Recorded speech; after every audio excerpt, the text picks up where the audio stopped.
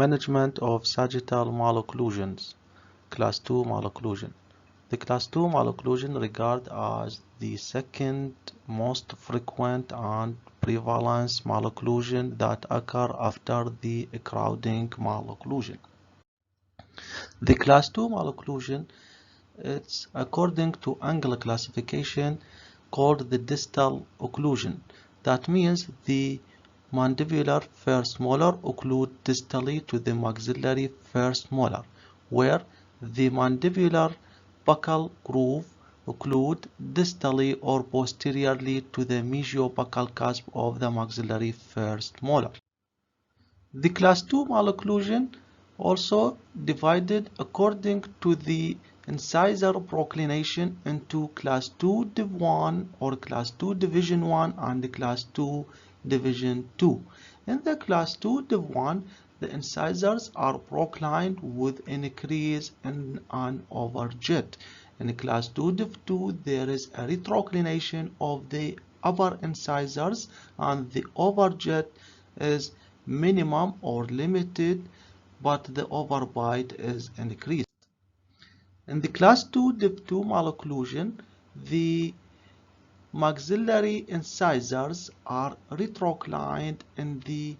relation to the mandibular incisor, and in this case the class 2 incisor relationship is due to class 2 skeletal pattern in anteroposterior, but there is a decrease in the lower vertical dimension due to the anti-clockwise of the mandibular rotation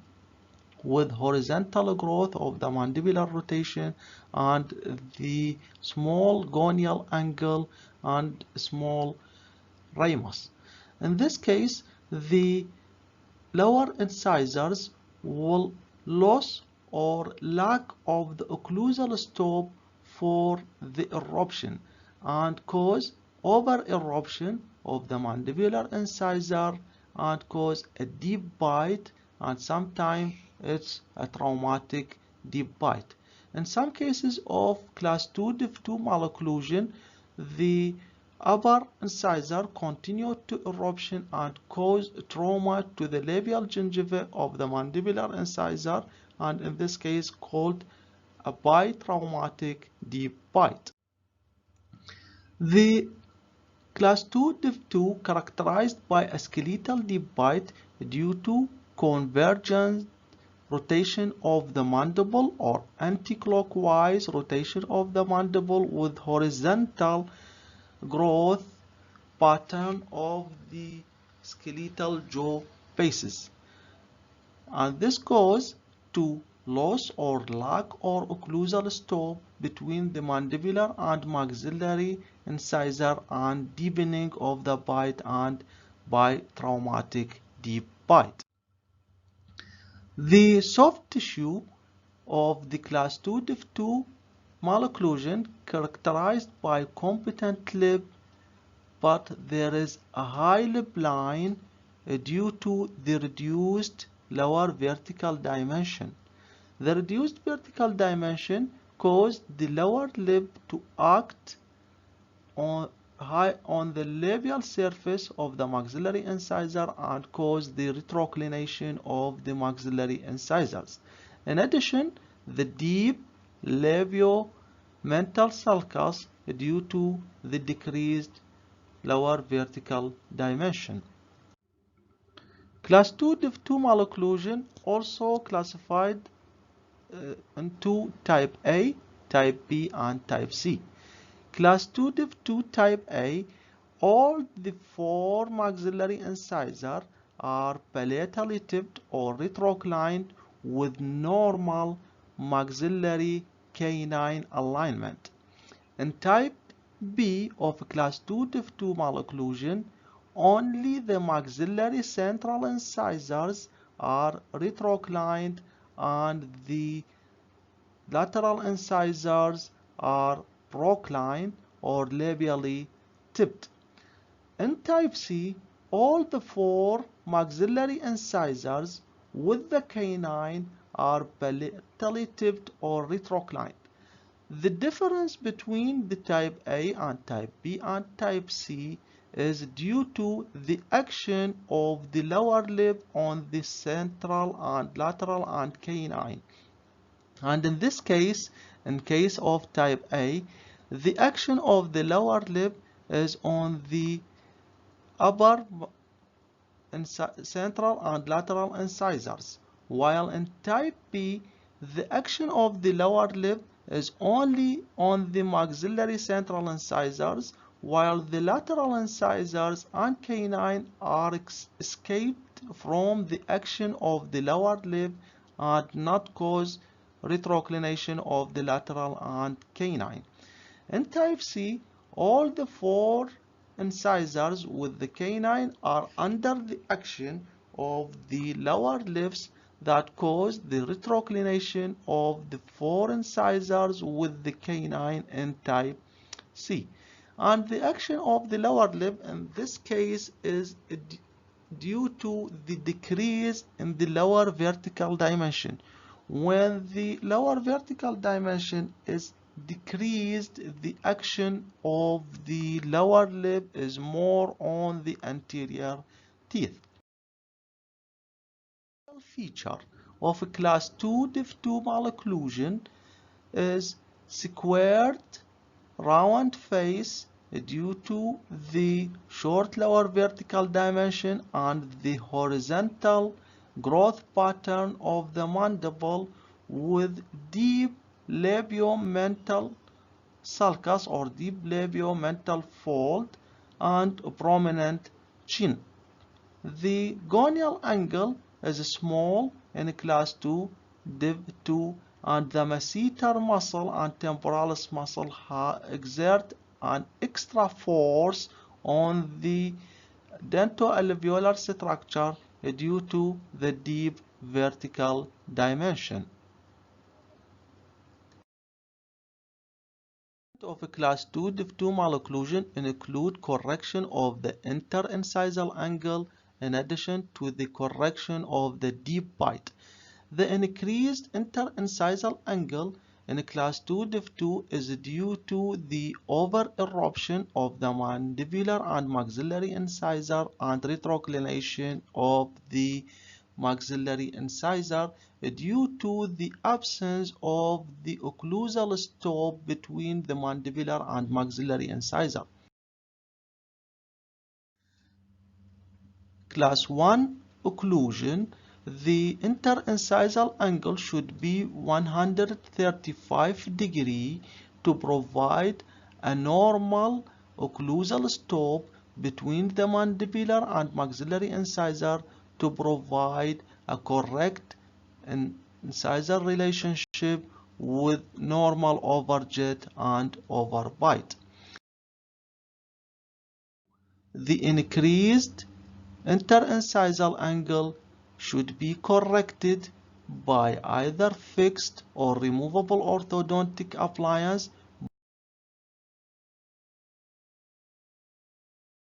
The first approach in cases of bimaxillary retrusion, that means both the mandibular and maxillary incisor are retroclined, and it's called bimaxillary retrusion, and in this case the proclination of both maxillary and mandibular teeth should be proclined either by removable or fixed orthodontic appliance.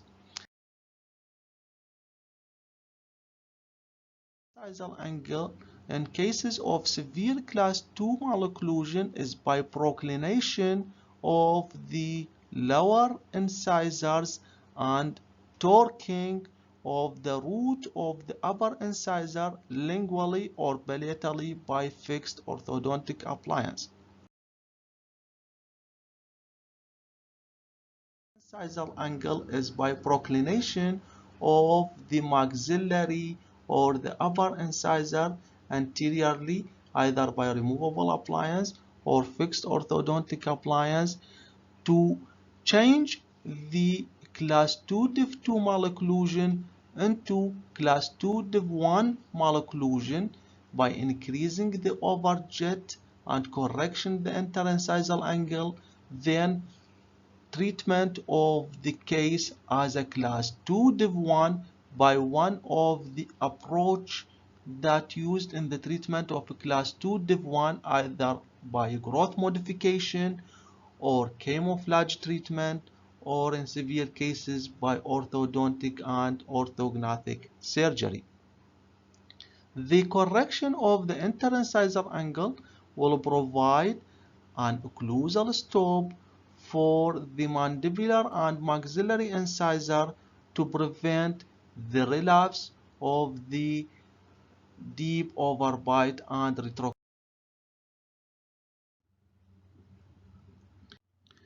The second important feature of the class 2 div 2 is the deep overbite that should be corrected during the treatment by either eruption or extrusion of the posterior teeth to opening the bite anteriorly. The extrusion of the posterior teeth either by normal eruption by using of the anterior bite plane that cover the anterior teeth, mandibular or maxillary anterior teeth, to provide a space for the eruption of the posterior molar, especially the mandibular molar, to cause the rotation of the mandible and clockwise and increase the lower vertical dimension to correct the deep bite,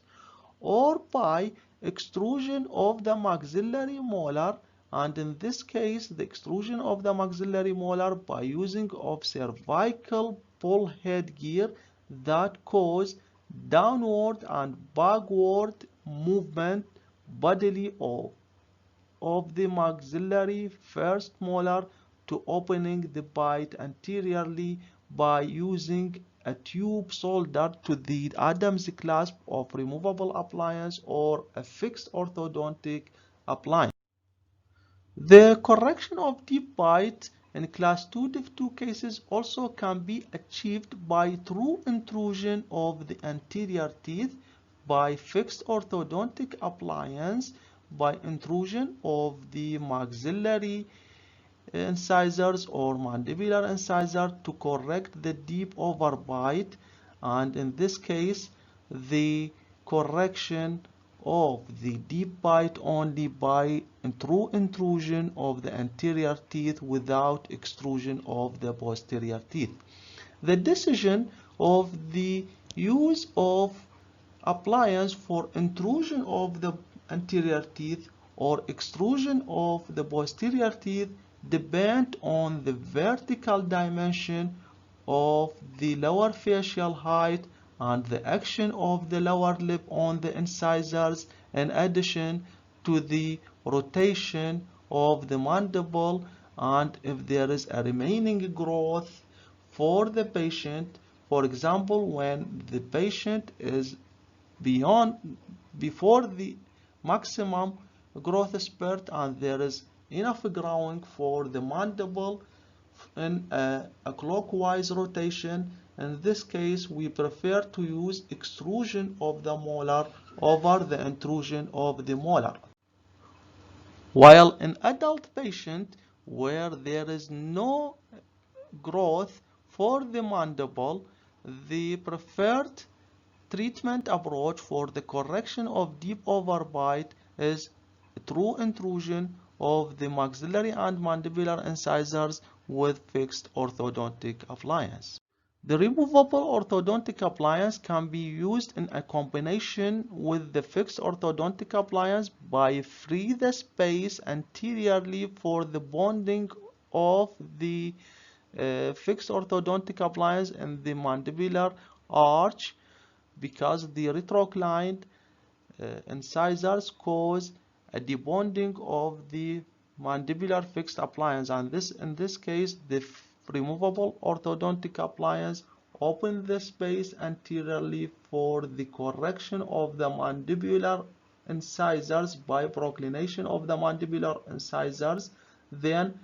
the anterior maxillary teeth will be corrected either by removable orthodontic appliance by Z spring or by fixed appliance bonded to the upper teeth. The removable orthodontic appliance used also by correction of the retroclined maxillary teeth in addition to the expansion of the maxillary teeth to provide a space for the forward growth of the mandible during the use of functional appliance in the later stage of treatment. The orthodontic surgery used in correction of class 2 div 2 in adult case with severe mandibular and maxillary retroclined incisors with